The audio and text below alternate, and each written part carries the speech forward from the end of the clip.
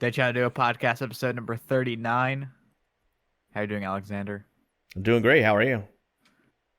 All right. Madden dropped. Haven't played it. Madden EA didn't Access, really drop. It came out in EA Access. Not officially. There are still people on Twitter complaining. We're recording this on Wednesday, July 24th, by the way, if you're wondering. So it's supposed to drop on the 25th.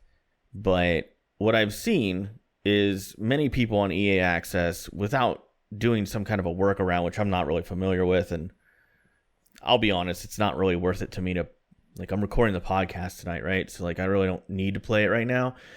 But EA put out an official statement. They're like, if you can get it, you can get it, but not everybody's going to be able to get it. It doesn't come out officially until the 25th. No, I don't. Do you have it? The game? Do you have the trial downloaded? Yeah. I'm going to play you on stream and then delete the game. Well, there we go. So Andy's going to get his 10 hours out of the game and then... 2, or however long it takes to play you. 2? Oh, okay. I thought because earlier we had talked about it and you had said, I'm going to get my 10 hours out of it and then I'm just going to delete it and that's the end of it. Maybe. It just depends on how I feel. I may just stall out the 10 hours shit the entire year and be like, every once in a while I'll play a game online head-to-head and then I'll... I never thought of that, but you could, theoretically, you could do that, Just, once a month, play one online head-to-head game. Get a little taste. Yeah, once a month, find someone who's streaming Madden, talk mad crap in their chat. I am gonna roast you. I don't even play this game. I don't have a trial. Yeah. And since I only have the trial, if I'm losing, just quit out the game. You can't waste the time, dude. And before you challenge somebody, you're like, "Yo, dog, I need you to chew clock all game long. I don't care who's in the league. Please. Everybody's chewing clock." I look at the 10-hour game trial. Please don't waste time or anything. Dude. We gotta speed through this. Dude, we're playing a game. That's cool. I get it. But, can we just not call timeouts? No timeouts. No, we got chew clock, no timeouts. No huddle offense the entire game. I love it. I love that idea of just holding on to that 10 hours. I had EA access for several months, and if you think about it, I think I played 2 hours of FIFA, and then I was like, I'm rubbish at this game. It's really fun, but I'm not very good at it, and I don't really want to put the time into it to become good at it. But I guess I still had 8 hours left that I just never used. So, what have you been watching this week, Andy? What have you been playing?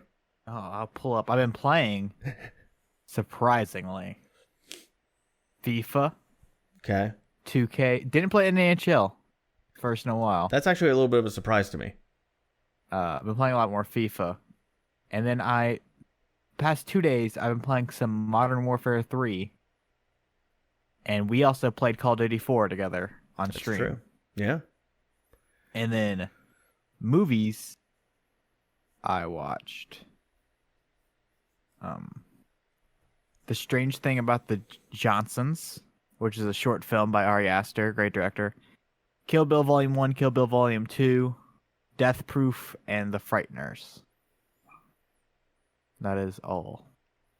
So this week, I played a lot of World of Warcraft because I realized once Madden comes out, WoW is going to be on the back burner. Played a little bit of Mario Maker 2. Played some Pokemon card game as well. Really enjoyed that. Really getting into that. Me and my wife. Sucks. What? Alolan Diglett sucks. Dude, Alolan Diglett and Alolan Dugtrio are amazing, and how dare you besmirch their honor by saying that. But that's really all I've been playing this week. I dabbled in a couple other games that I can't really think of. Oh, you know what I did this week? I got myself a PlayStation Classic. It was on sale for $19.99. Big thanks to Scott from the Lazy Gaming Guys. You can find them at lazygamingguys.com. But I got a Sony PlayStation Classic. This thing is tiny, by the way. It's about the size of your hand. It's amazing. I hacked it. And it's really easy to hack. There's no security on it. And I was playing some WWF WrestleMania, the arcade game, on the PS1. And boy, that was a stroll down memory lane. So that's what I've been playing this week. PlayStation Classic, totally worth the $20. I think it's still on sale at Best Buy for $20. And like, it took me about half an hour to hack it.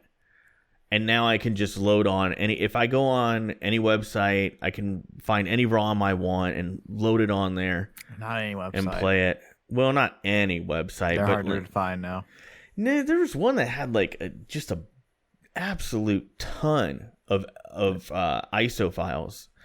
It looked like they had over 700. Pretty good, but the mainstays like ROMs Mania and all those cool ROMs.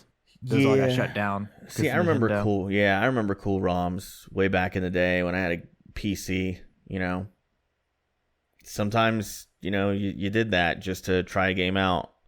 Sometimes, believe it or not, try it out. Hey, man, I'll be honest. I did some when I was in high school. I didn't have money. My mom didn't have a lot of money. Money was tight in our house, just in general, especially after my stepdad passed away. It's just my mom and. Like, needed Adobe Photoshop for my website, so got that crack code, man. Just saying. I'm not really a big advocate for piracy. Like, as I've gotten older, I've become anti-piracy. Mainly because I think software nowadays is a little bit more accessible in terms of cost. So, for example, you could get Adobe Photoshop for as low as $9.99 a month if you just want to rent a license for it, so... Whereas in the past, you had to pay like $600-$700 from like CompUSA. Anyway, going way too deep into that. Nevertheless, I've also been watching Pokemon, the first season of the anime. Wrapped that up with my wife this week. We watched over 30 episodes in a week. And I can't say it. I know I said it last week. I can't say it enough. It really holds up well. Like the animation's still good. Voice work is pretty good. And good storytelling. I was amazed with how much they stuck to the game. Like, I don't really remember this from when I was a kid because I just watched it. It was like a long time ago, so you kind of forget all the details. But I was kind of amazed with how they stayed true to the video game. So we did that. I watched Pixels. I bought that movie for $4.99 on moviesanywhere.com. And I was like... I thought this movie was going to be stupid, but it has Adam Sandler, it has Peter Dinklage, it has Kevin James. So you're really selling it. What? So you're really selling it.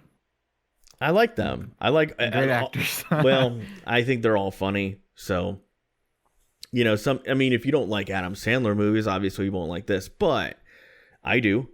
I've been watching Adam Sandler since he was on SNL, and I like even the really goofy early stuff like Billy Madison. Pixels was actually pretty good. It was dumb, but it was funny.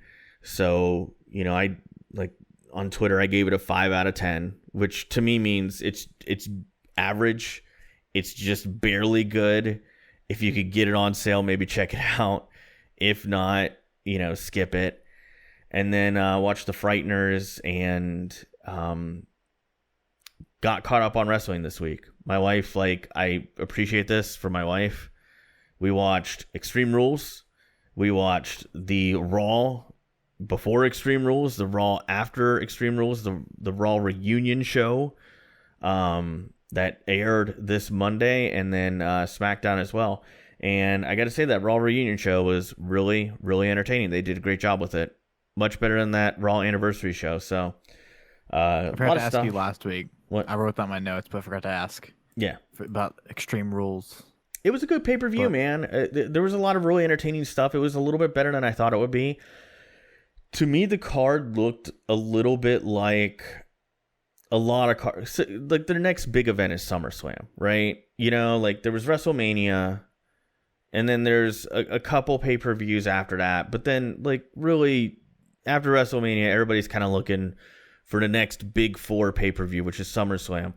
So this one I thought, maybe it'll just be an afterthought. It's the last pay-per-view before SummerSlam. A lot of it's just going to be setting up storylines to end at SummerSlam. Because if you look at WWE, it's typically 8 to 13 week story arcs.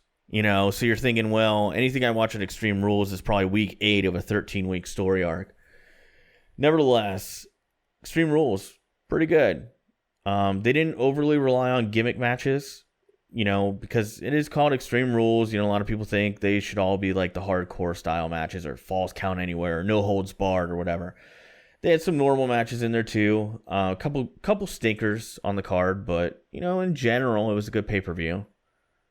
So, yeah, a lot of wrestling stuff to get caught up on, but I'm fully caught up, ready for SummerSlam. Anyway, moving on to totally caught up. highly doubt it. Moving on to listener questions. First one comes from Daniel. You can find him at Reasons I'm Broke on Twitter or reasonsI'mBrokePod.com. Great podcast. Check it out. He asks, what's the main thing Sony, Microsoft, and Nintendo should focus on with their upcoming or current consoles and why? Andy, I'll let you lead off. Crossplay between the consoles. That's something that I had for every single one of them. Yeah. Yeah. Mainly Sony, Microsoft. Nintendo can kind of do their own thing. Like Sony, and it's like a 1A, 1B, and the Nintendo's your second console. Probably most households. But crossplay is the main, don't exclude everybody. You're right. So I had quite a few thoughts on this one. I know they won't be popular ones. So first, number one, right out of the gate, I know this is not really answering the question, but I know a lot of people will be like, you should have brought this up, so I'm just going to mention it now. I don't think that any of them should focus on backward compatibility whatsoever. And the reason I say that is, as time goes on, consumers continue to throw up their hands and say, we want backward compatibility. But consumer trends, consumer buying patterns, and consumer behavior do not warrant the time, effort, and money from hardware manufacturers to justify putting backward compatibility on future consoles. So anybody that disagrees with that, the first thing I'm going to tell them is this. Is the Sony PS4 backwards compatible at all? Yeah. How? You can stream PS3 games on there.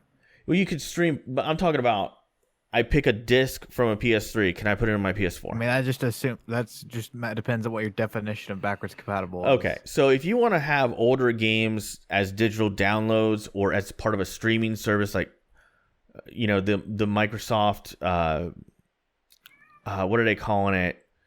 I always forget the name of it, but it's the Microsoft streaming service where it's going to be, God, what the hell is the name of it? I don't know. We talked about it on the podcast before. It's a cloud-based system where it'll do the process. xCloud. There you go. Thank you. So if you want to talk about something like that, I'm game, right? Because that doesn't take time, money, and resources away. But putting additional hardware in consoles so that you can play old discs, or so you could play digital versions of old games, it doesn't really mean anything to me. I really don't even want to. It's just not worth it. I don't think that anybody's going to want to go back and play Xbox One games when Xbox whatever, Scarlet, obviously that's not going to be the real name, but they're not going to want to do that. Okay? Yeah.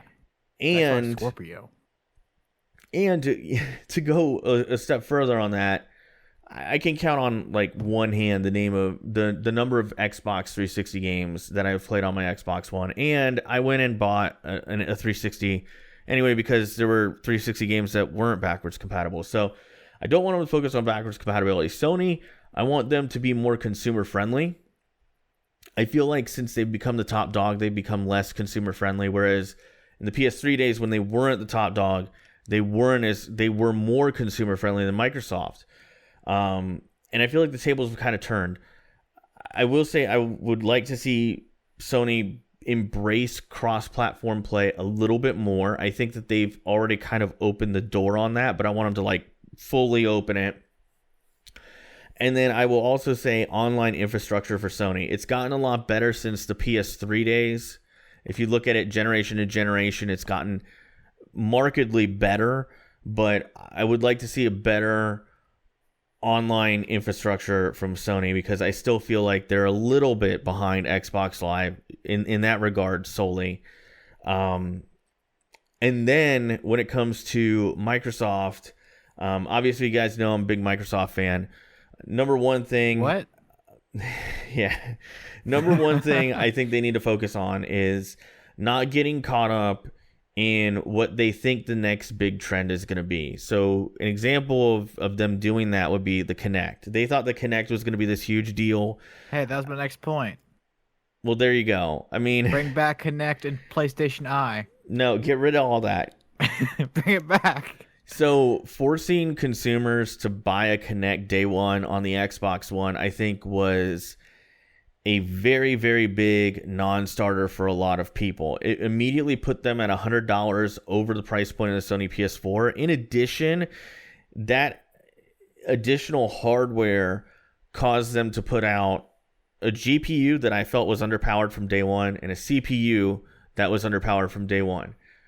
To Microsoft's credit, the Sony PS4 architecture wasn't really that different if you actually do some research into it. The processor on the PS4 and the Xbox One, they're pretty similar in terms of horsepower. But I kind of wonder what Microsoft could have done if they weren't building in $100 to their console manufacturing price point, and they could have put that money into a better GPU, a better CPU, better RAM, etc. Like, ideally, if I'm building the next Xbox, I want a couple things. One, nothing but a box with the best hardware I can possibly get in that box at a price point that's under $400. Two, I need a solid slate drive as my main drive in that system. Same goes for PS4. It's going to help your boot times. It's going to help your load times. It's going to actually help your texture loading, all that. There's so many things that an SSD could help with. Additionally, I want them to not give us a teeny tiny storage device like they did with the 500 gig model that they launched with. That was terrible. So I want that.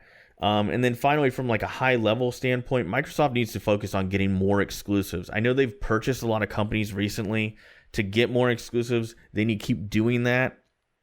I think the Double Fine acquisition will help them, and some other recent acquisitions will help them as well. But Microsoft, I think the focus needs to be on exclusives and getting the best hardware out there at a price point that's close to $400. And then when it comes to Nintendo, I want them to continue to innovate. I want them to continue to think outside of the box and continue to be fun, because that's what Nintendo is all about. And things like Mario Maker and the Switch hardware definitely exude that. But if I'm creating the next Nintendo console, it's got to have more horsepower, man. There's got to be more under the hood. Like, if I was creating the Switch 2, I would try to make it so that when it's connected to the dock, maybe that dock has some internal hardware that can accelerate the graphics when it's put on a TV. And then when you take it off the dock, obviously it's in handheld That's mode. the Nintendo's thing. They don't make two consoles in a row. They're the same concept. You're right, but my thing is this. I would like to see Nintendo go back to a focus similar to what they had with the GameCube from one standpoint alone, which is we're going to duke it out from a spec standpoint.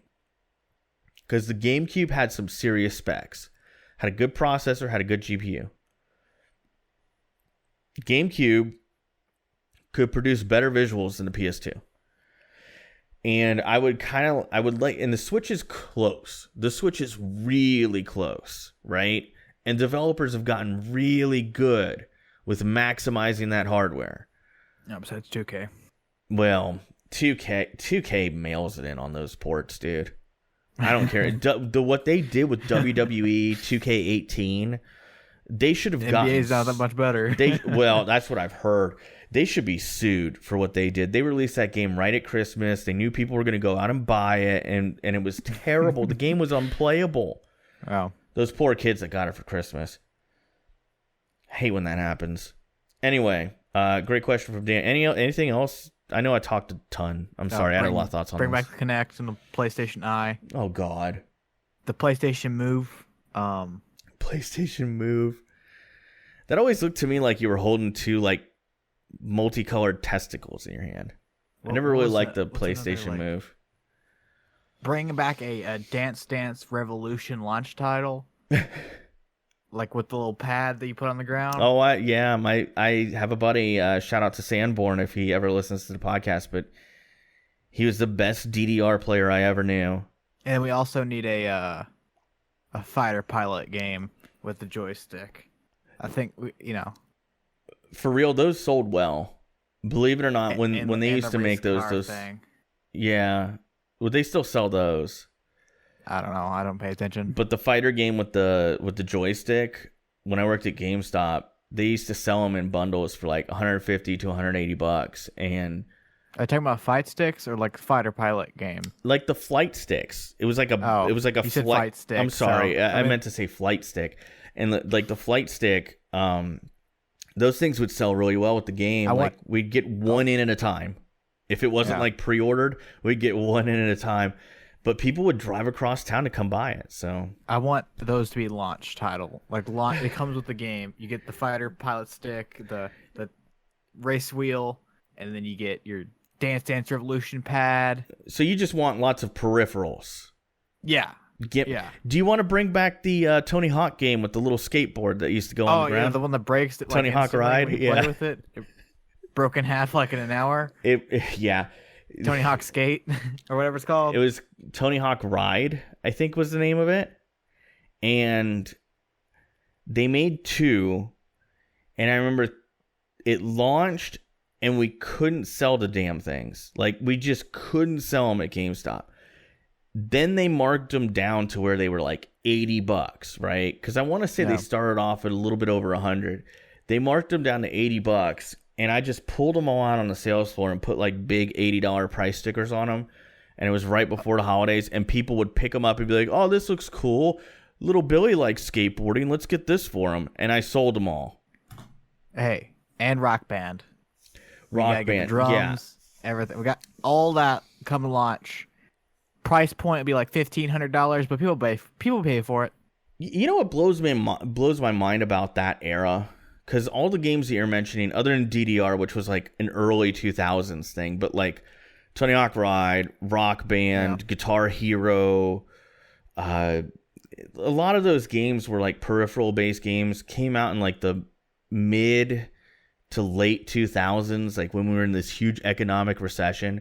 And you would think they wouldn't have sold well. They sold remarkably well. And then when the economy started getting better, like they all got phased out. Like the last Rock Band game kind of tanked. We need the tennis Wii remote thing, like you put on the Wii remote, but for your Xbox controller for whenever you're playing tennis games. So you feel like, is there a tennis game on the Xbox One? I don't know. I think there is, but there's probably one.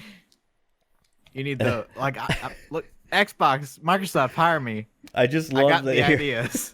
I just love that Andy's obsessed with peripherals.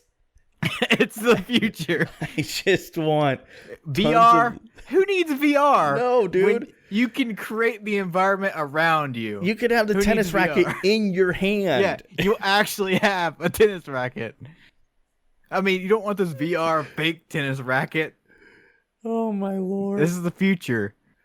Yeah, it's funny, man. Like, you'd be surprised the things that used to sell. Like, for the original Wii, at GameStop, they came out with this little accessory set, and when it came in, I'm like, nobody's going to buy this nonsense. This is stupid. And all it was a tennis racket that had a cutout where you clip the Wii remote into it.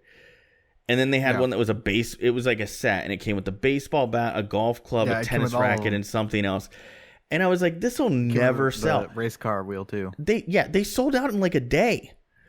Yeah, my grandpa had one. The little race car wheel, the official one from Nintendo, it was selling for $25 when Mario Kart 7, I think, released on the Wii. And again, I got like 6 of them in, right? And I'm like, I'm selling tons of copies of Mario Kart tomorrow. Like, but I don't think this will sell. So we just put them on the cash register. They were gone in like an hour. And then after that, everybody was like, do you have that racing wheel that I've seen online? Like, Who wants this? It was actually harder to play with the wheel, by the way. All right. I have something I want you to play on stream before we get to the next question. Yeah. Now I'm saying on the podcast you have to do it. I want you to play Charles Barkley Shut Up and Jam Gaiden, the sequel to Barkley Shut Up and Jam. It's a RPG game where basketball doesn't exist anymore. What? Where Charles Barkley and Michael Jordan have to save basketball. This can't be real. It's a real game. It's Barkley Shut Up and Jam Gaiden. What did this come out on? It was a mod. It's not a real game. Oh, okay. Yeah, I'll play it. I'll play it. If you can uh, tell me where to find it, I'll play it. It's a role-playing video game. It's a JRPG style game. It mixes Barkley Shut Up and Jam and Space Jam. Wow. You gotta play it. So, hope that answers your question, Daniel. Thanks for the question. Yeah. Thanks for being a patron on Patreon. And I'm sorry for talking everybody's ear off on that one, but I had a lot of thoughts. So, next question comes from Jarrod at Spoon Sandwich on Twitter. He asks us to react to James Harden buying an ownership stake in the Houston Dynamo. If you don't know who the Houston Dynamo are, they are a Major League Soccer franchise, obviously based out of Houston. Andy, what are your thoughts on this? I mean, I'm being honest, I don't really care, but it's like, even if he, like, I guess it's like a gesture. It's like, oh, Houston's my home or whatever. Which is exactly what he said in the video. So you're right. But he can still leave. It like doesn't like force him to stay. It's a smart move because soccer every year is growing more popular and popular in the United States. You're Houston right. Dynamo aren't really a top tier team though. Well, you know. But I don't know, maybe James Harden influences Sadio Mane to come over. Yeah. So I kind of like it for a couple reasons. Like, number one, I like the idea of a professional athlete making a calculated investment in another professional sports league. Like, that's kind of cool. And I think we can all agree that it's better to see a professional athlete who makes unbelievable amounts of money invest his money in something that will probably pay off, as opposed to like Shaq, Adrian Peterson blowing it all on ridiculous things. So, or he didn't Vince make that Young. much money in the NFL. Who? Adrian Peterson. I thought he made quite a bit. He only made over $100 million. It's still a lot of money. I'm joking. Okay. Well, I mean, I thought it was cool from that standpoint. Like, he's making an investment in something that could conceivably pay off and make him more money. And honestly, the reason I say that is we see so many stories, specifically with the NFL, but definitely with the NBA as well and other professional sports, where former athletes are completely broke and or bankrupt a few years after leaving a league. And if more players made investments like this, we'd see less of that. So I think that's a good thing to see a top guy in the NBA do that. It might influence some people that aren't top people in professional sports to make smarter investments. Two, nice gesture for the city of Houston. I truly believe James Harden will finish his career in Houston or come close to it. I think he will play the rest of his prime in Houston. I think he's the one guy on that roster who's pretty much untradeable unless something major happens, like he requests a trade, but I don't see him doing that. Third, it's good for soccer. I think anytime you can bring a big personality, a big name like James Harden to the forefront of American soccer, it's beneficial for the sport. Here in Orlando, we recently got an MLS team, the Orlando City Soccer team, and it's been amazing how the city has embraced it and how well they've done and how well their tickets have sold. And They get good ratings here on local TV. And when you go downtown, they have a huge presence. Like, if you go downtown the day there's a soccer game, you're going to see a ton of people downtown. So it's good for those businesses as well. So overall, I think it's a really positive thing. I can't think of a single negative thing to say about it. And overall, my thought on it was, it's pretty cool. If I'm a Houston Rockets fan, like, maybe I check out the Dynamo now. So it's kind of a nice way to spread the love a little bit. So thanks for the question, Jarrod.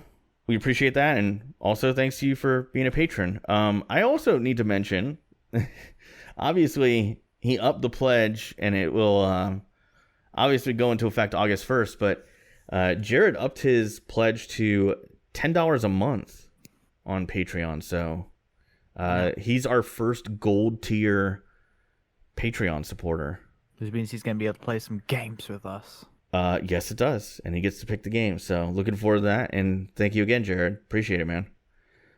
Moving on to entertainment. This is Andy's topic. I had no idea this was happening. Yeah. I am excited about this, though.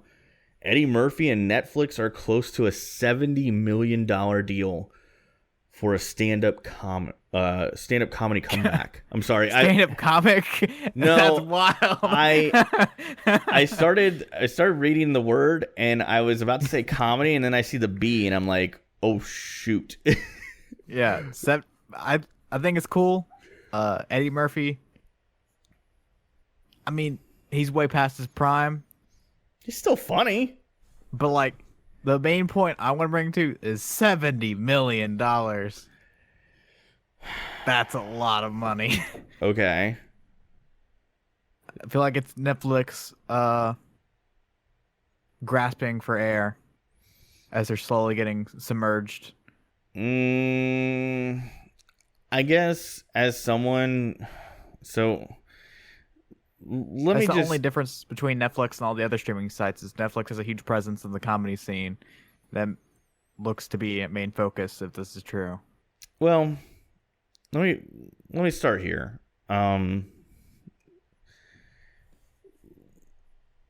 What do you think a single share of Netflix trades for on the stock market right now? I don't know. Okay. So I was blown away with how much Netflix trades for. Trades for right now, they're a little bit down because of their last quarterly earnings report. And if you want some reference, 5 years ago, their stock was trading for $64 a share. Right? Right now, their stock trades for $317 a share. A little bit over that, $317.69. Netflix is a huge business, and they're a massive business internationally. So $70 million to bring back Eddie Murphy, it sounds crazy when you look at the number, right? But then I think about it and I go, it would be a Netflix exclusive, and Eddie Murphy transcends multiple generations. Multiple generations of people watch that guy's comedy. He's like Bill Cosby without all the scandal. Like, he's a guy who transcended multiple generations. My mom loves Eddie Murphy stand-up. My brother loves Eddie Murphy stand-up. I love Eddie Murphy stand-up. Yeah, but he's way past his prime. You don't think that in all the time Eddie Murphy has gone between stand-up specials that he can't come up with 60 minutes of material? Come on, man. He'll come up with 60 minutes of material, and it'll be great. It'll be absolutely great. I think, right. Okay, well, I think it's a calculated move. I like it. I know right now people are a little bit bearish on Netflix because their subscriber number target that they set for the last quarter, they missed it, and they missed it by quite a bit. I don't think it necessarily has to do with a lack of content. I think it also has to do with things like rising prices, dilution in terms of supply. There's so many streaming services now. I could see some people disconnecting Netflix, so to speak, to move to Hulu and vice versa. People jump around a lot from streaming service to streaming service. So it's just growing pains for Netflix. I don't think Netflix is going anywhere. I still think that they're kind of the head honchos. And if tomorrow they decided to liquidate their company and close up, everybody would be walking away with a lot of money. So like, I think it's a calculated risk though. Forbes posted an article today, says Netflix market value drops 26 billion in a week. Well, yeah. I mean, think about it. If you're like in this past week, their stock has gone down $6.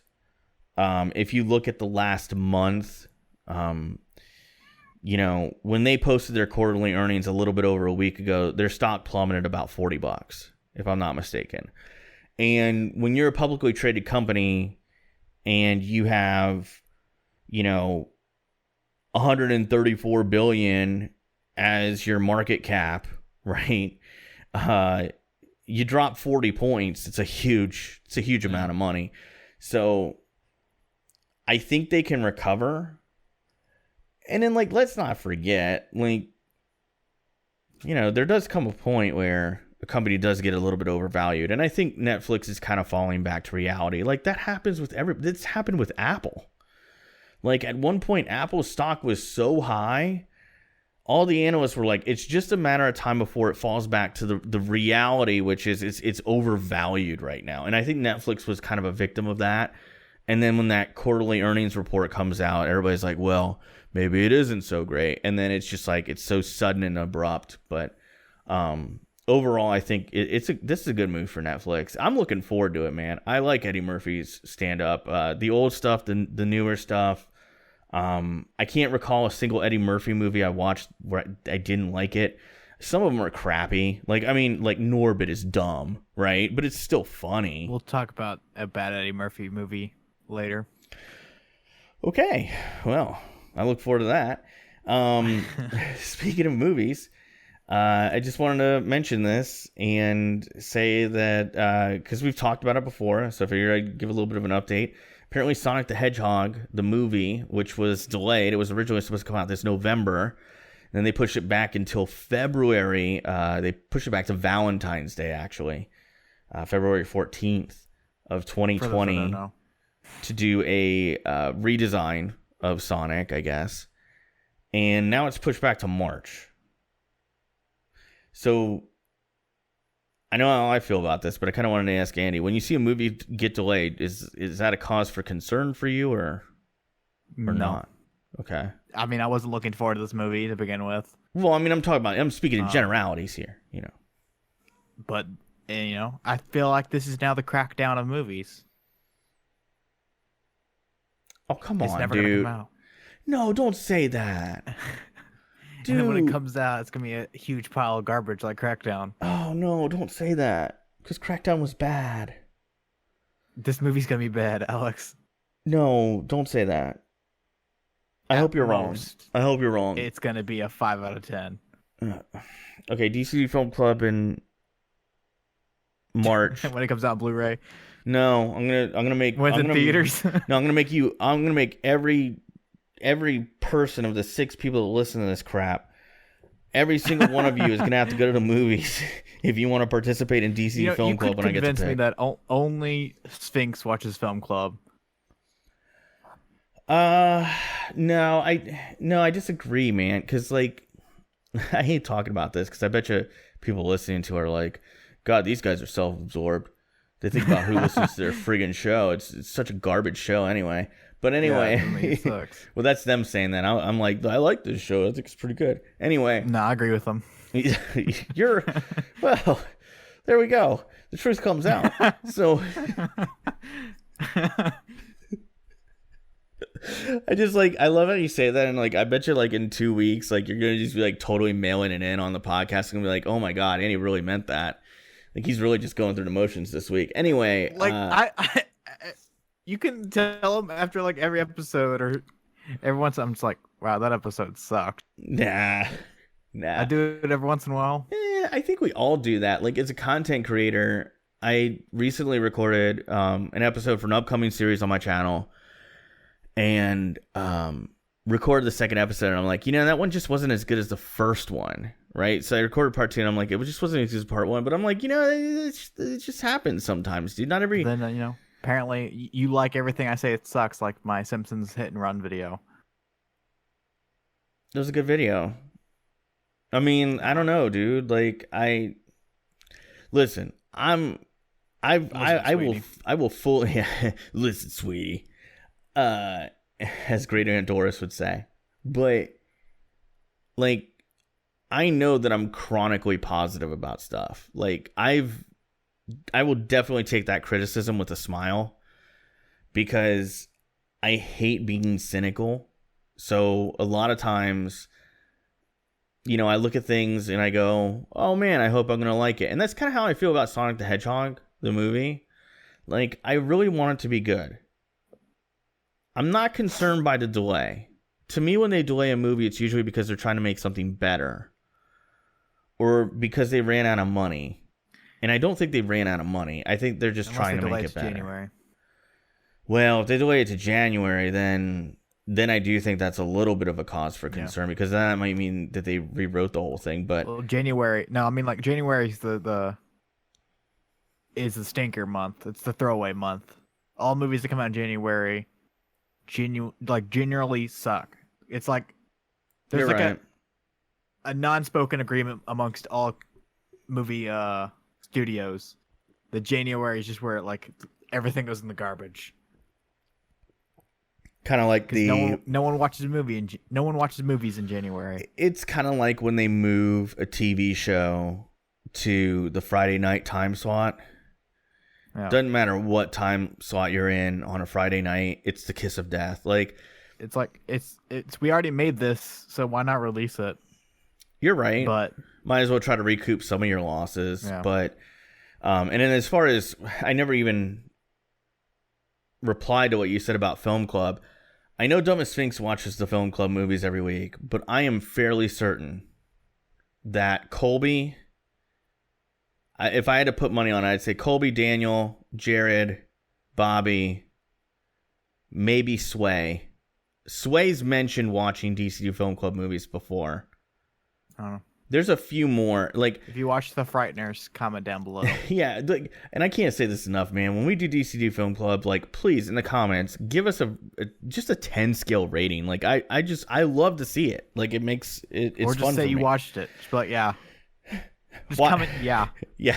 Well, just put a W. That means watched it. Or L if you didn't like the movie. Yeah. You just gotta type one letter. Anyway, next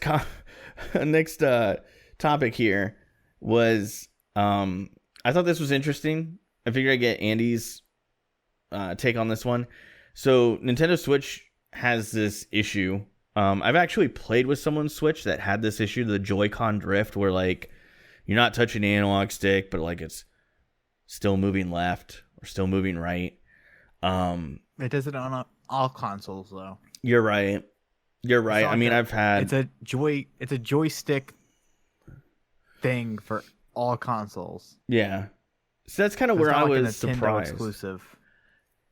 And that's kind of where I was taken aback, because apparently there's a class action lawsuit coming in, and Nintendo got in front of it and was like, okay, so the lawsuit's definitely still a thing. Yeah. But like any smart company would do, they got in front of it and they're offering free repairs, whether your Joy-Cons are in warranty or out of warranty, and then they'll actually refund any repair costs that you've already paid if you call them. So I thought that was pretty cool, but I just wanted to bring this up. Like, have you ever had a console that had a manufacturer defect? Yeah, Rendering of Death. God, it's like everybody I know who ever had an Xbox 360 went through that. I mean, I had it once. Oh, I went through it twice, bro. I only had it on the original, the 360. I got it, and I sent it off to Xbox that month. You didn't do anything. Then after that, I got an arcade. Yeah. And then I got a Slim. And I had the Slim until the Xbox One came out. Then I got the E. Yeah. Like I'm like one of the only people that owned a E. You are the only person I've ever known that Yeah. owned an E. So, but yeah, the only time that I've ever had a issue is that. Yeah, I mean, I went through. Of I can think of. Yeah, it's pretty crazy, man. Once they switched to disc-based media, that's where all the problems started for me. I had a 360 that laser burned all the time. I just had to get a new one. Yeah. Didn't have that problem. So, it's kind of crazy when I think about it. My NES, no problems. My Super NES, no problems. My N64 got taken out by a lightning storm, but that's just, what are you going to do about that? That's not a manufacturer problem. And then when they switched to optical drives, like that's where everything went wrong. So I had to launch Xbox, had a drive that was made by a company named Thompson, and the DVD drive just stopped reading one day. Like, you put a disc in 10 times, it might read it once. So had to send that off to Microsoft. My Xbox One, day one Xbox One, the disc drive is weird. It works, but only put the disc in a certain way. You just put the disc in, it doesn't work. Yeah. You have to like put it in, put your finger like in the disc hole, and let it like start spinning to like try to like eat it like a Chuck E. Cheese like ticket machine. Yeah. So it kind of like starts spinning, and then you let it in, and then it reads for some reason. I don't know why, but that's been going on since like 2014, like a year after the console came out.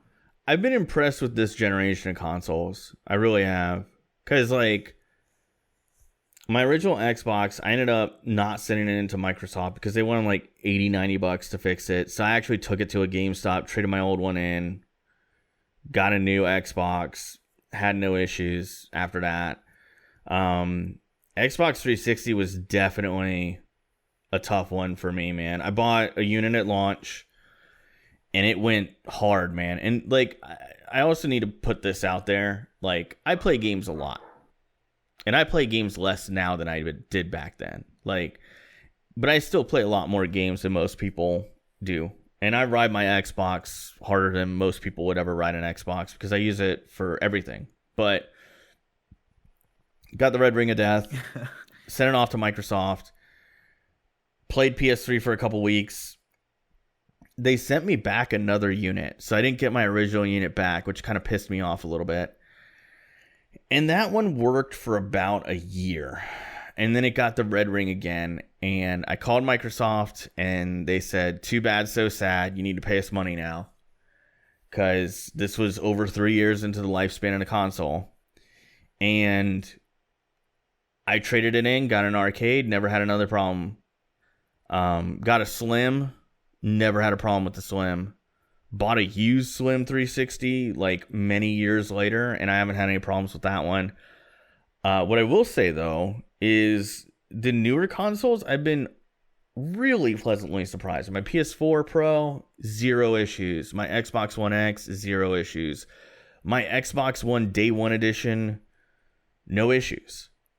I mean, I'm still using my Day 1 Edition. Yeah, dude. I mean, I'm holding on to mine. 27. It was 2016 or 20. It was 2016. It was the summer before senior year of high school. For me, obviously. They had like they used to do this at the end of the year. Just like January 1st, they released a Xbox year in review, and it told you how much time you put in the Xbox One online. Oh yeah. And I put in 1/3 of the year my Xbox was on and connected to online services.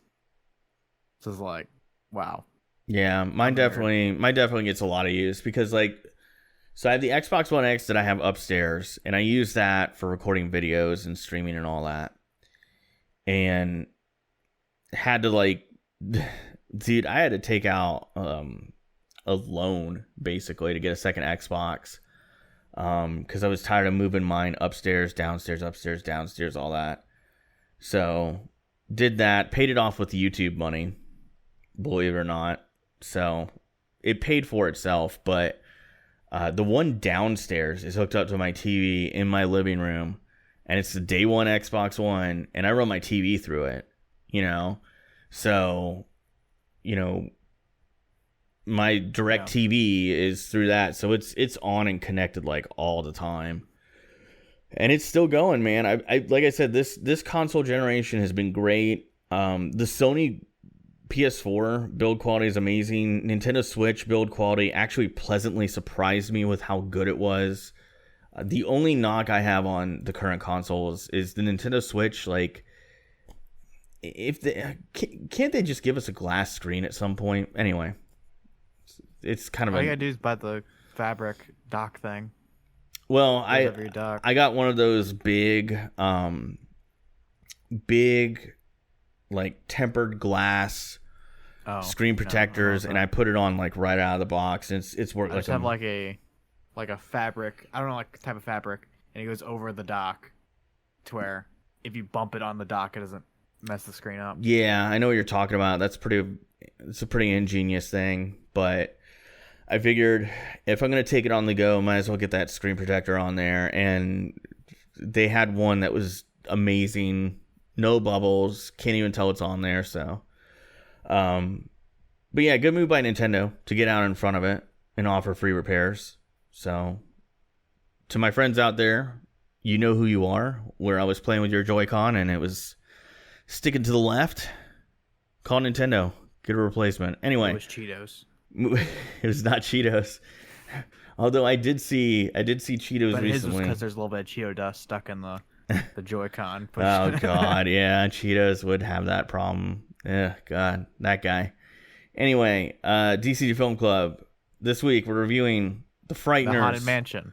Oh, no, sorry. The Frighteners from 1996. This one was actually picked by my wife. She wanted to review this one. She saw it as a kid. Went back and rewatched it. For me, it was the first time watching it. I think for Andy, it was his first time watching it. Yeah, I've never heard of it.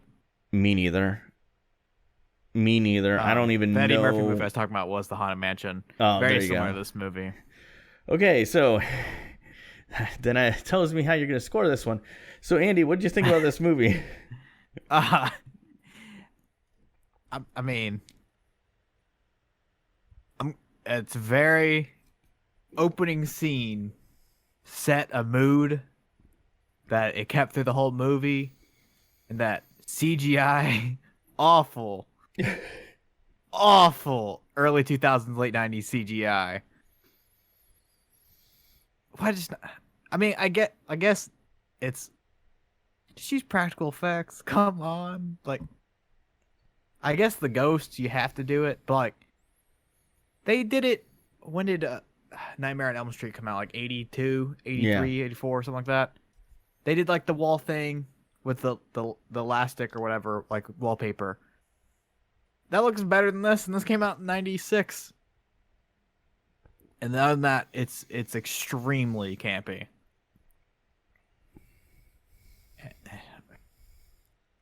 You know, I don't want to be mean, but man, Peter Jackson sucks as a director. Wow. I'm also convinced that Michael J. Fox has never made a good movie. Like, he doesn't have like a... I don't think Michael J. Fox is a good actor. Well, I'm going to have to disagree with you on that. It's a very... I would say Teen Wolf and Back to the Future, the trilogy, would... But like, that's not like...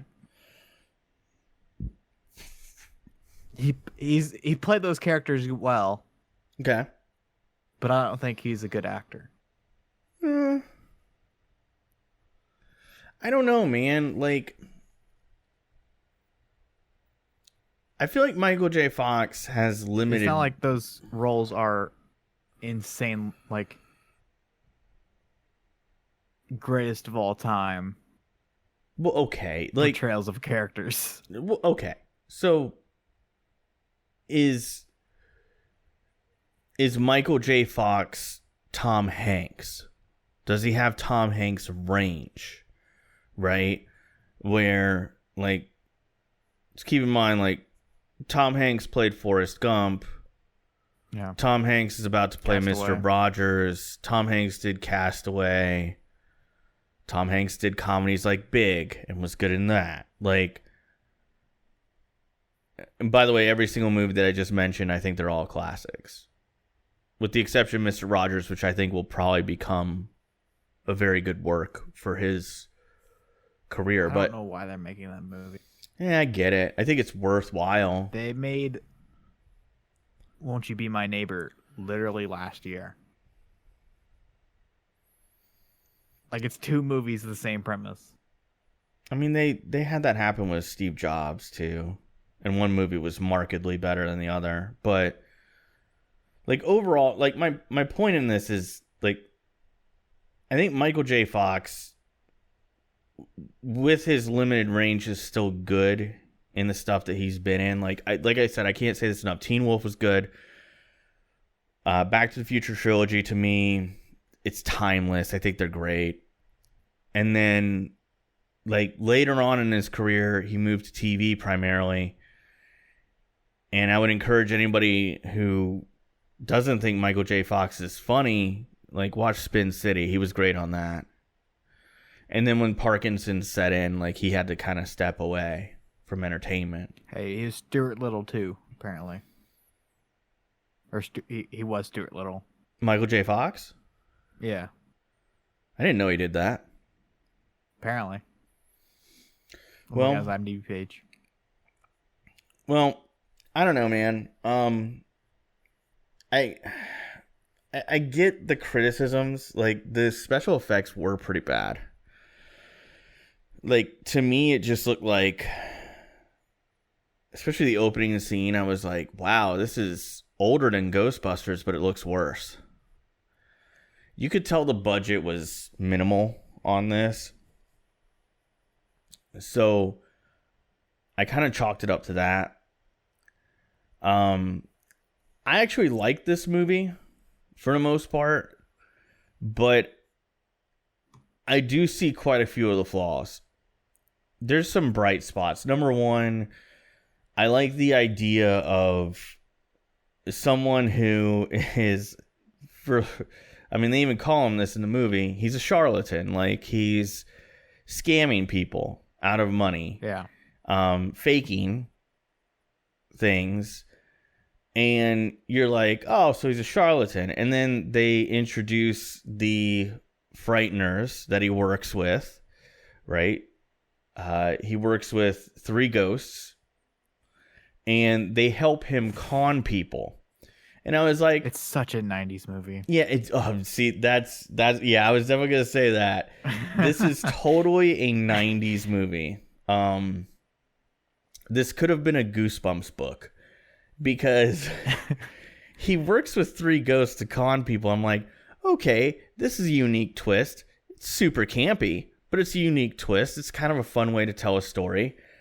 And then he comes across a ghost who doesn't want to cooperate and is wreaking havoc. And, you know, I have so many questions, though. I do too. Like, there's so many plot holes. Yes. Like, some points, the ghosts, you can't touch them. Some points, like, the ghosts, inanimate objects affect the ghosts. Sometimes inanimate objects don't affect the ghosts. Why do the ghosts decay like a body, but they're a ghost? Like, the old guy, the Western dude, he has the 2 guns. Judge. Why is he decaying? Yeah. So the idea, and they kind of glanced over it, was that you should have gone towards the light, faced judgment, gone to heaven or hell. Yeah.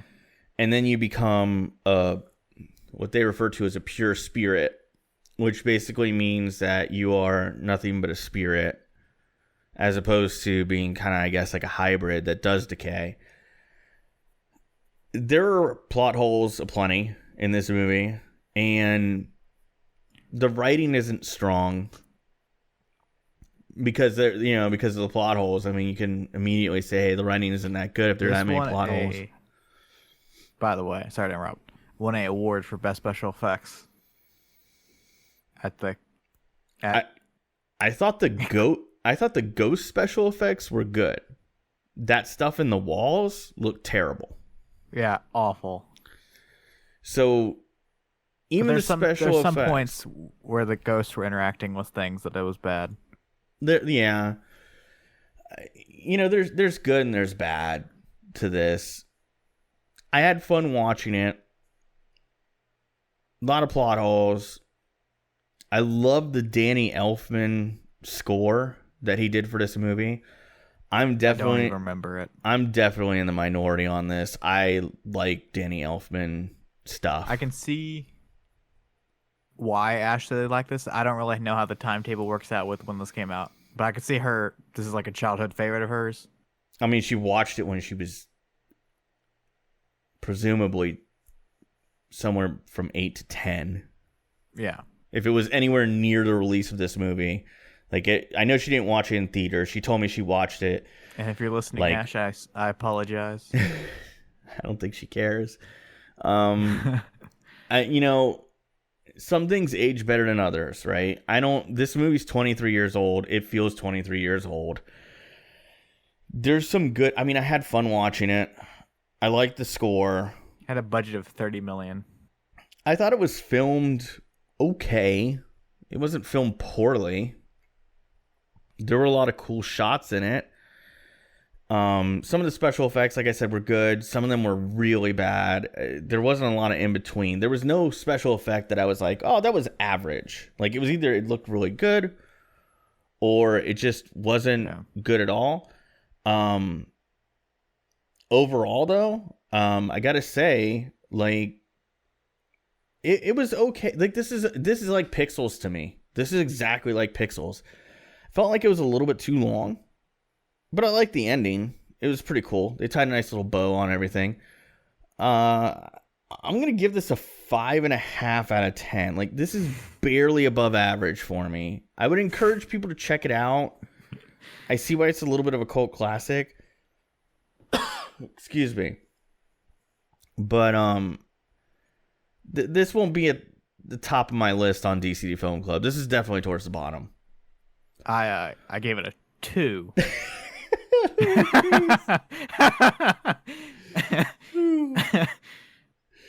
And the reason it's not a 1 is because the 1s are movies that I get angry at the movie while watching it. And this one was just bad, in my opinion.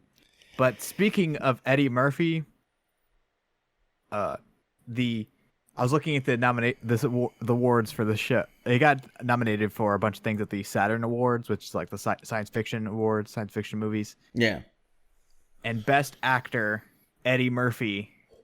Michael J. Fox was nominated for it, but the winner was Eddie Murphy in The Nutty Professor. Mm. And also it was nominated for Best Horror, which a classic one in Scream. I like Scream. I feel like that movie is kind of underrated, honestly.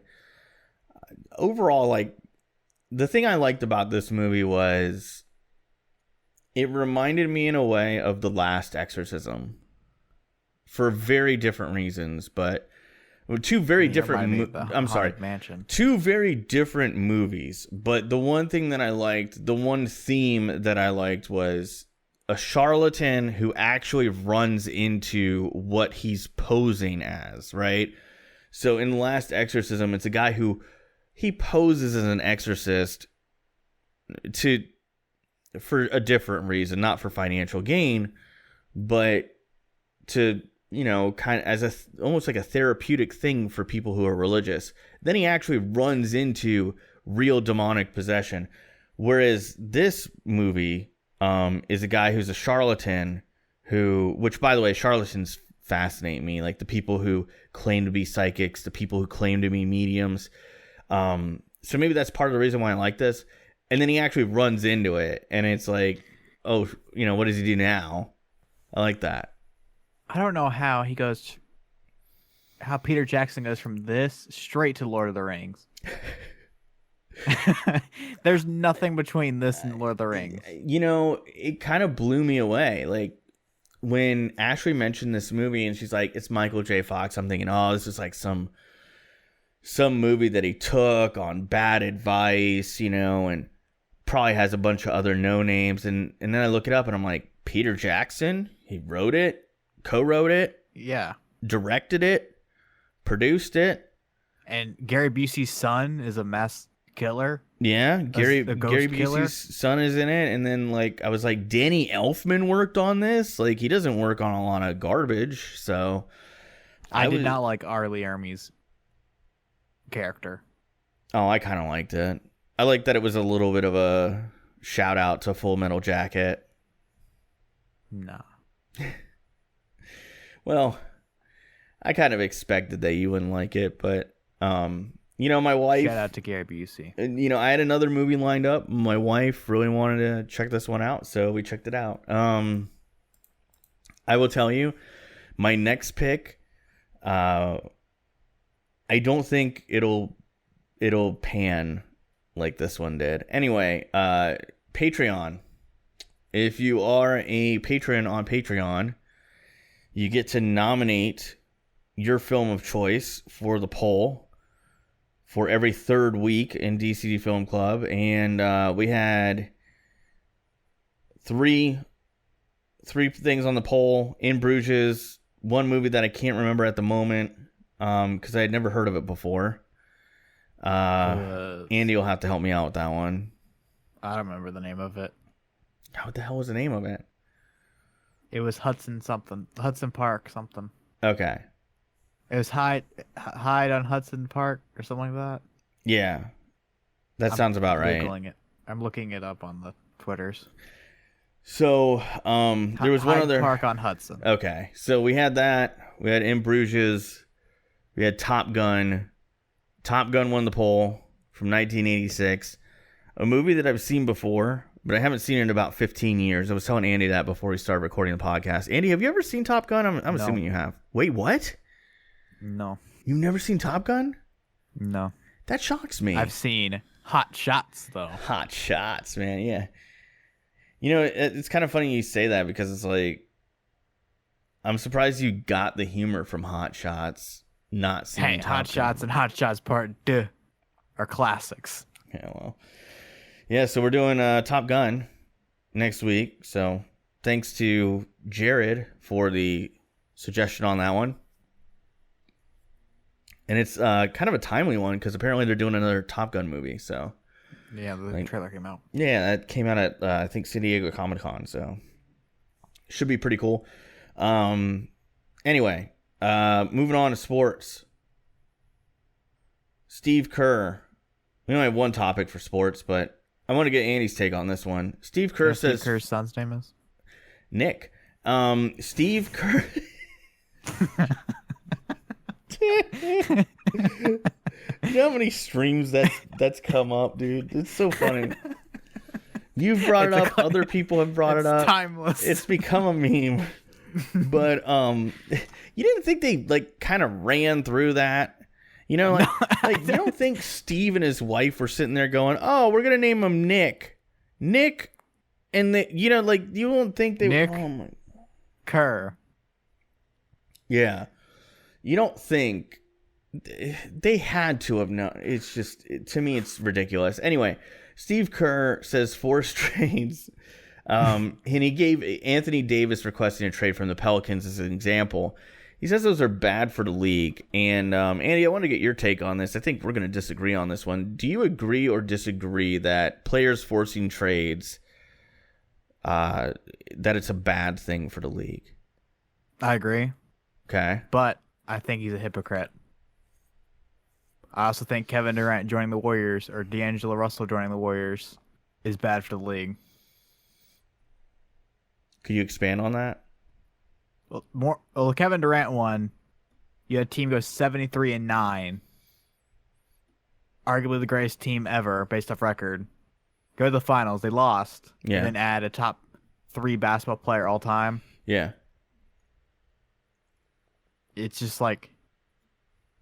today's NBA is weird.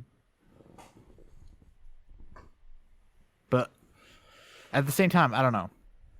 Forcing trades is bad for the league, but I guess it adds excitement at the same time, though. Yeah. It's like it changes up every year. Now, like this offseason's insane. The amount of people changing teams. Definitely. And there's currently no there's no Warriors right now. And people are like, oh, it's great. The league's finally balanced. But the NBA at no point ever has been balanced. There's always been one team. You had the Bulls in the 90s. You had the Celtics and Lakers in the 80s. Like, there's never been a point where the league was ever balanced. So it's a weird season coming up. You're right. I mean, I think and also forcing trades makes the league more balanced, I guess. maybe, but so as a longtime NBA fan, I was turned off by the Warriors. But to the Warriors' credit, they drafted 3 of their 4 stars. And I go, can I really blame them for that? Because just because you drafted well. You're right. So, did they draft Luke Longley Express, the best player on the team? Sorry. I believe they drafted Luke Longley. He's the reason those championships are there. And they traded for Scottie. They traded for Scottie Pippen on draft night. And I want to say they traded for Horace Grant, who was a really, really underrated part of those first 3. Those first 3 championships. I think they traded for him. But I'd have to go back and look that up. Nevertheless, my point in all of this is, like, the Warriors, I can't really get too mad. Like, it was boring. I think it made the NBA boring. But I would say the same thing about the Bulls in the 90s. It was boring watching Michael Jordan win 6 out of 8 years. It was also boring watching LeBron James get to the finals like 8 years in a row or whatever it was. And I understand that that's just part of having generational players in the NBA. But, as a fan of a small market team, it's a little bit discouraging when half of the league is practically tanking and there's really only 3 teams up top that can win it all. I kind of liked, for me, the best era of the NBA that I've been alive for was the early 2000s, where the dead ball era. Shut up, Andy.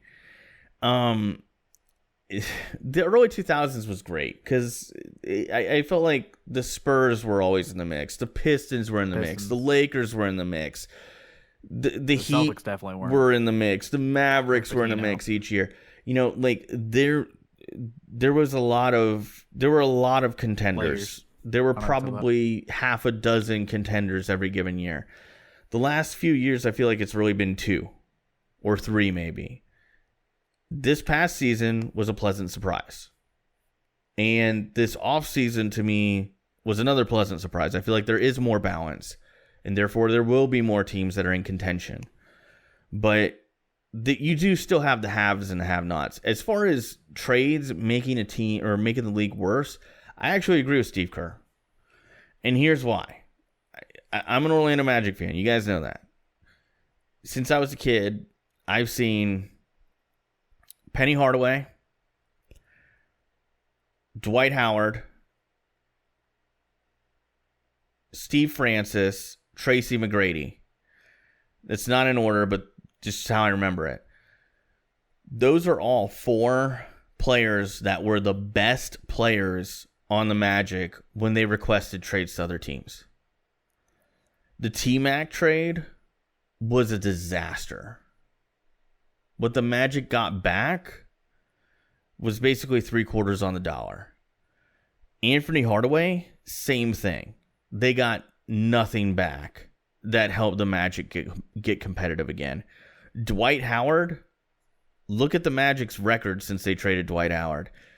Trade demands can ruin a franchise. It's ruined the Magic 3 times. They went from being playoff teams to tanking, basically, because of 3 separate times where a franchise player requested a trade.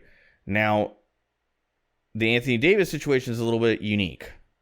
They got the Lakers to overpay massively, and they lucked into the first pick overall. And they got Zion Williamson. That was before.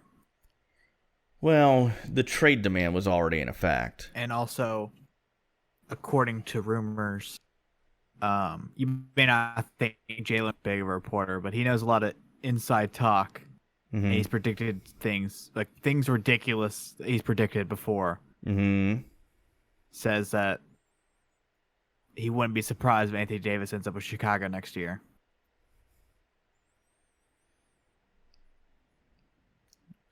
What would be the reasoning behind that? He never says why or anything, but Mm-hmm. you know, I mean, things can happen. Like Anthony Davis can just. He didn't necessarily request to go to the Lakers. He just went out of the New Orleans. You know, Rich Paul, his agent, was the one that forced him to the Lakers. you're probably right. I mean, that's probably really the dynamic. And he may be a Chicago kid. I'm pretty sure he is a Chicago kid. Yeah, well, I don't know. I don't think the Lakers would have. He's a Chicago kid. I don't know. I guess it's a very big gamble on the Lakers' part, but I think it makes the league worse. I do. I know a lot of people are losing their mind over the Paul George trade demand. Like, let's be real. Let's not sugarcoat it. They called Oklahoma City up and said, "You're trading my guy," him and his agent. Like, I don't think that's good for the league either. You know, it's just I mean, imagine being an Oklahoma City fan right now. Some guy switched to the Clippers, demanded that the Clippers go get this guy. The Clippers massively overpaid for George, right? Which means that the other foot drops. Russell Westbrook politely goes to the team and says, "If you want to trade me, trade me." They trade him. And like, what does Oklahoma City sell their fans on right now? We have 10 picks. First round draft picks. Yeah, but what is that going to equate to? How many of those Shai kids? Gilgeous-Alexander. Yeah, okay. Well, they also traded James Harden for Jeremy Lamb. So, there you go. I mean, play devil's advocate. They're in a better spot than they were. No, you're right. Future standpoint. In 5 years, they'll be a better team than they were originally going to be in 5 years. Unless they drafted some like freak out of nowhere, like a Kawhi or Giannis in the middle or the end of after the lottery. I mean, you're right. That team, Paul George and Russell Westbrook, I'm sure they were fun to watch. I'm sure fans enjoyed it. But the team had literally no defense outside of Paul George. I don't think anybody thought that team would ever win a championship. I don't even think Russell Westbrook and Paul George thought that team was a championship caliber team. I mean, why did Paul George resign, though? Unless he thought that they are. Good money. And then forced leave. But here's the thing, Andy, and this has always been my problem with it. It's the Baron Davis syndrome. Baron Davis did this to New Orleans. He stayed with New Orleans, got a max contract extension because nobody else in free agency could have given him what New Orleans gave him. A bird right extension. And then almost immediately within half a season requested a trade. And it stinks. It kind of cuts the balls off of having bird rights, honestly. If you're going to cut the balls off having bird rights, what's the point of them? I mean, you're basically incentivizing guys to stay somewhere, find an excuse, request a trade. Sign and trades have been the offseason highlight. That's true. Sign and trades have kind of come back into... Because they went away for a while. They weren't really a thing for a while because there wasn't really much you could do with it. But now with some of the creative things going on in the league, sign and trades have kind of come back. Josh Richardson back. Yeah, and I mean, you look at the Warriors. I'm not really a fan of it because I really wish in a perfect world D'Angelo Russell would have been able to hit the open market and go wherever he wanted to go. But if you're the Warriors, you're like, I mean, at least we get this really good kid back, for Kevin Durant that's leaving. And, worst case scenario, somebody will want to trade for D'Angelo Russell. I would assume people would be lining up, honestly. So They're probably going to keep him. I think they will too. I think like the D'Angelo Russell thing is an experiment. I think it's like a 41 game experiment where they're going to be like, okay, let's see what happens. And if it works, we keep him. If it's like a just tragedy, then we can trade him. Yeah. I still think the Warriors are the favorites. That's a bold take, dude. You should put money on that. Like, at the end of the day, they're still a big four in a league full of big twos. You have a point. I guess I'm just not very high on... When Clay comes back. I'm not very high on Draymond Green. That's my problem. And they also have, like, low-key Willie Cauley-Stein, an athletic big. You're right. That would be fun to play around with Curry, Clay, D'Angelo. And you have Draymond, the dog. At the very least, despite they also kept Kevon Looney. He's also a great piece. Despite losing Kevin Durant to free agency, despite losing Klay Thompson to injury, I feel like they've done a good job of staying competitive. If Clay comes back at a similar level than he was playing at, then they're easily my pick for the win all next year. I think if Klay Thompson had Dwayne Wade's knees, he'd still be okay because like his game isn't predicated on explosiveness and athleticism. Like he does have that. He does have that ability. Klay Thompson and Kyle Korver, though, based off his knees recovery. You're right. I'm just saying, like, this isn't Derrick Rose when he blew out his knee, where you're like, I don't know, Derrick Rose. If his knees are bad, he'll still contribute. He'll turn into like a 3-and-D or a Kyle Korver. Yeah, he'll be all right. Become a one-dimensional talent. Yeah, he'll be all right though. He's young enough. It's only his first major knee injury. I think he'll be fine. It was just such a shame this year to see some of the injuries. And like I've always been against shortening the NBA season. But this year with all the injuries, starting to make me a believer in it. Anyway, that's going to do it for DCD 39. Real quick, go over a couple things with you guys. One, Patreon. Patreon.com/DCD podcast. If you want to join, you can support the podcast for just $1 a month. Comes with all kinds of perks. I'm not going to list them all here. If you go to the website, you can see them. They're based on tier. Want to give a huge thank you to Daniel, who's in the Andy tier, Jarrod, who just moved up to the gold tier, and Bobby, who's in the Andy tier as well. If you're watching the YouTube version, you want to know where the audio version is, or vice versa, go to deadchannelduo.com. Has all of our links right there at the top of the page. You could find us on any platform pretty much. And then finally, iTunes review. We haven't had one of those in a long time. So if you want to help us out and get a shout out on the show, leave a written review and I'll give you a shout out. Doesn't even have to be a 5-star review. Just leave a review, but maybe make it 5 stars anyway. Andy, anything else you want to talk about? Boston sports? Red Sox still in third place. Yeah.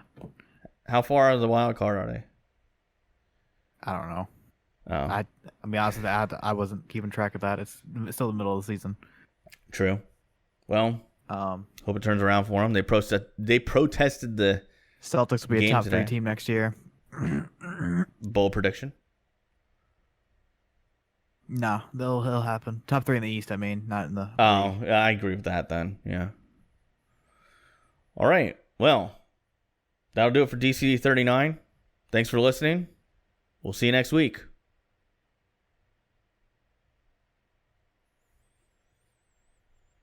Lolan Diglett sucks.